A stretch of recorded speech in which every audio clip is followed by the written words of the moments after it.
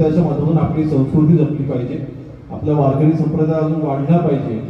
आणि मला वाटतं मी आताच बसल्या बसल्या तीच माहिती घेत होतो मौली माऊलींकडनं, 52 वर्षापासून ही सेवा आपण इथे करताय.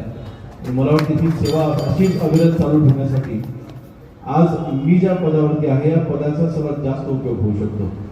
मी शपथ घेतल्याच्या म्हणजे ज्यावेळेला गृहराज्यपद पद मिळणार नाही जेव्हा जाहीर झालं त्यानंतर दुसऱ्याच दिवसापासून मी एक मोहीम हातात घ्यायसाठी ठरवलेलं आहे. अजूनपर्यंत एक 8 दिवस जातो सगळं कामकाज सुरळीत व्हायला, परंतु अंमली पदार्थांचा वापर, ड्रग्ज आणि नशेमध्ये आपला तरुण आज भरकटला जातोय, त्याला योग्य मार्गावरती आणण्याचं काम हा योगेश प्रधान अडीच वर्षामध्ये करून दाखवतोय. ही जिद्द घेऊन आता उतरलेलो आहे आणि एकदा हे काम हातात घेतलं की मी तळागाळापर्यंत पोहोचलो.